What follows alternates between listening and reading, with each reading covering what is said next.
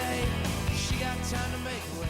Cold shutter in a warm embrace. Hi. So today our guest is Eddie Perez. He is a two-time Emmy-winning stunt coordinator. He's been in Hollywood for a really long time, and he's very talented, and he's a very kind human, so I love him. He's kind of a badass, so there's that. He's worked on films like Deadpool and just so many. I mean, just I could go on and on, but I'll put all the bio stuff at the bottom, and you can check him out. I'm so excited.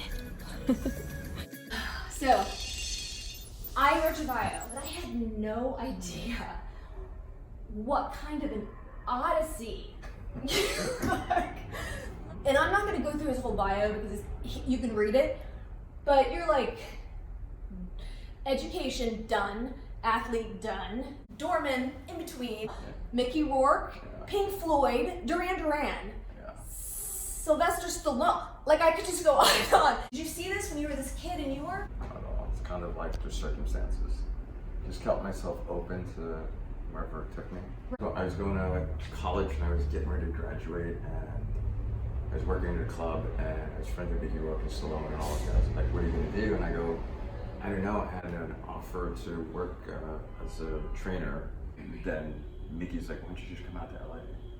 And I was like, I don't know, why not? Because you did it so organically. A lot of people are gonna ask questions like, yeah, I want to do stunts. Athleticism is key, really.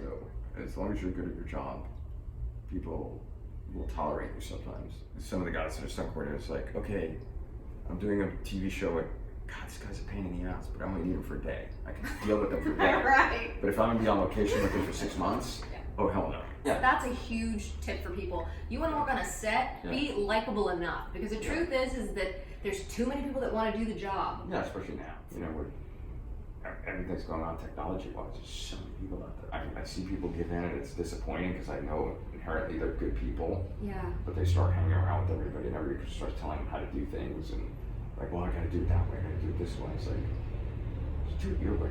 You have to be true to yourself. You know, it's like you're gonna be miserable. Dustin Hoffman said to me that you can always play dumber, but you can never be smarter. Yeah, don't try to be something you're not. You take all your stuff, Yeah, the good and the bad. Yeah, the good and bad, and use you use it. I'm doing Snowfall right now, Okay. which is John Singleton series. It's about the starting of cocaine in the 1980s here in Compton. And I grew up in the streets, so when I got there, all the street guys and everything realized I wasn't somebody that was like, I'm trying to tell them something. It's like, no, from experience. So it makes you valuable when you're dealing with people and working with people. It's like, it comes from life experiences. And how do you spot talent when you see people? I mean, we have websites that people go to, put their stuff on it, put their reels. And look, it's great now because people can shoot their own stuff. I've seen what people can do, you know. I do it a lot. When we have a scene we're gonna work out, it's like, we go pre-shoot it. In 5 minutes you're done. Before it was a process. Which, by the way, I'm gonna do my best to get that opener for Deadpool. That was the scene that he sold the movie with. He did an animation 3 years before the movie. Director. The director. And they weren't gonna do the movie. And then mysteriously it got released online. It went viral, and the next thing you know, they're like, okay, we're gonna do this movie. I mean, because so many people, got millions of hits. Was Ryan Reynolds in yet? No, he was in. I think he was in from the beginning. Can it change like on the set where they're like, okay, let's. How does it all work? Especially because it's a comedy. Yeah. You know, Tim, the director, is really awesome. So he's just like, sometimes it's like, hey, you just gotta play around and see what you find. Like Ryan would, play around. Oh, you mean in the car? Certain things are gonna happen. Well, it's also because that was what sold the movie. We had to be very true to it for the fans. Yeah, that makes sense. So because now you're coordinating. Because they're giant. I mean, we're talking like cars flipping and people and fire and like. You just, you read it and then sit down with the directors, and then we have a concept meeting, and we sit down and, everyone discusses it. Then we get into the budgets and the financial, and then we figure out what we can do and how much time to figure out something cool that we can do well rather than something that we can half-ass. God, the timing is so important. When I used to read, again, at the Hollywood Pictures thing, we would read scripts. And, when you're reading a script, there's just the one line, it's car chase through city, blah, blah, blah. It's one little line. Yeah. But it is, when you're planning it. Also, what works for the story. I mean, I'm spoiled. Between Snowfall and Shameless, though, it's like great writing, great acting. Other stuff I've worked on, go, oh God, this is just That's gratuitous. You know, when everybody reads something, it means something different to a lot of people. Not everybody has the same take that you have. So sometimes it's like trying to get into their heads, like, well, what do you mean by that? When it comes to an idea or something, if somebody has a valid reason, you listen to it. Whatever ends up on the screen is going to be the best that can be, but that's not going to happen unless you explore everything else that's going on. I've been lucky to be around a lot of people that were like that way, and I saw that. Yeah. I saw it work. And then I see the people that are very aggressive and yelling and screaming, and how everybody shuts down around you, and everybody's just doing their job. Because nobody wants to add anything to it, because it doesn't matter. Everybody wants to feel validated. That's the way to do it. I love it, man. I appreciate it, but this is why it doesn't work, or did you read the whole script? Because we're doing this. And I ask that sometimes to our writers. It's like, when somebody's very set on something, it's like, I don't agree with it. Is there something I'm missing? Is it because 2 episodes down the line, this is going to mean something? Because then I have to go with what you're going with. But if not, I don't, let's try to change it. And they're like, no, okay, well then. Right. I don't know why we're arguing about it. You know how many people in this town don't lose sight of the big picture? They can forget it's a collaborative process. Especially on these shows, try to work with the actors and get them to do as much as they can, because people are watching these characters and want to see them. Right. And what they're about. Yeah, and what they're going through emotionally and everything. And if you're going wide and to see some sort of, stunt, I love doing them when they fit. But when they don't, why do it? I fight for stories. I think that's what separates the people that do it and do it well from the people that do it and do it exceptionally well. Yeah, I love to spend your money and bring my friends in for no reason, but we're not going to use it. Once Tim Burton saying, how seriously he takes making a movie. When somebody, honors you with giving you that much money to do something, you have to respect that. It's like, I want them to make the money back, but I want to do a good job. Yeah, that kind of integrity. Yeah, that has to come from somewhere. You have to. I like Tim Burton better now. Yeah, I do. It's a mishmash of, they get there and it's like, wow, they have no plan. There's different types of people. There are people that are true artists, and then there's people that are good at managing, that get a great core of people around them, and they make it work. And there's no, I don't say it's good or bad, but there's just different personalities in that. So, your film, Test of Time, there is a whole life's work of living in this film. So there'll be a link to his short film as well at the bottom. I'm gonna make sure I put that in there. What's that one quote? That integrity, like talent, is a rare commodity. It becomes a rare commodity here in LA, because people are willing to sell their soul. You could have told a story about a myriad of things. Yeah. Why that? I had an accident. I was in the hospital. There was a fireman there from Orange County, really nice guy, but they were like the Barbie and Ken. They were like, the dynamics of what happened between him and his wife just made me question everything. She was so worried about how he was gonna look. Oh wow. And then while he was there, served him divorce papers because she wanted out. They're together, but they've never been tested. Now they're tested. This is all I have to say something about. When was the first time you were tested, do you think? In the clubs in New York, that's when you start getting tested. And you start to decide. How far you're willing to go. Yeah, I feel like it happens in little bitty increments. Yeah. What makes the best directors in your view? Just people that communicate. Sometimes it deviates, and they're willing to see when it deviates and go with it. Yeah. Happy accidents sometimes. It's just somebody does a thing. Yeah, somebody just slips and grabs a table or something, and it's like, oh shit. And it's like, no, keep going. Yeah. Keep going. First, I remember getting yelled at by him. And I love him to death, and I respect him there's no tomorrow, and he helped me so much. But Taylor Hackford was the one person that basically created the Latin actors in the market. Because it was Blood In, Blood Out. He did La Bamba. He produced La Bamba. He did La Bamba, yeah. And I've talked to him. He's always been an advocate for diversity. Because I was there early on, because Esai was there since the beginning. And Esai? Yeah. Morales? Really? Yeah. Okay. We grew up together. Taylor's like, you want to come on board? I was like, I'd love to. And he, I remember he told me, he goes, the network was like, where do we find these Latin actors? There's no Latin actors. He's like, no, there's all this Latin theaters here. It was just kind of ingrained in all of us that this is how you do it.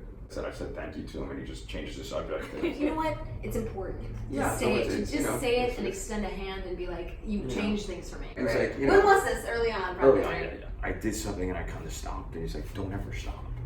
keep going Was because I screwed up and I forgot to grab something. Okay, yeah, It's gotcha. like, what are you doing? I was like, I was supposed to, I don't care, make it real. And I was like, oh, okay. It was an uncomfortable thing, and people were like, well, just, go with it. Like, you win an Emmy for stunts, but it's not just me, it's a group of people. But yet I'm the one that gets recognized, and it was hard for me to accept that because it's like, yeah, I did, but there's a bunch of people that put their heart and soul onto that. Thank you, but I have to thank all the people around me that sometimes, it irks me because so many people are so willing to, wave the flag like, I'm so fantastic, I'm so great. And it's like, yeah. I'm so fantastic. If the other 30 people don't show up, Then you're not gonna be so fantastic. yeah, you're not gonna be so fantastic. Yes, you're the guy in that room, you're the one that's, having the conversations, but at the end of the day, you still need everybody else to accomplish it. You see nice people all of a sudden become, because they see everybody else doing it. The bad behavior. The norm is like, okay, well, they can be shitty to people and they're doing well, so maybe that's how I have to do it. You don't have to. No. I mean, like I said, on our show, John Wells, the creator of our show, is one of the nicest human beings you'll meet. Dave Endrian, our other producer on Snowfall, approachable, nice guy.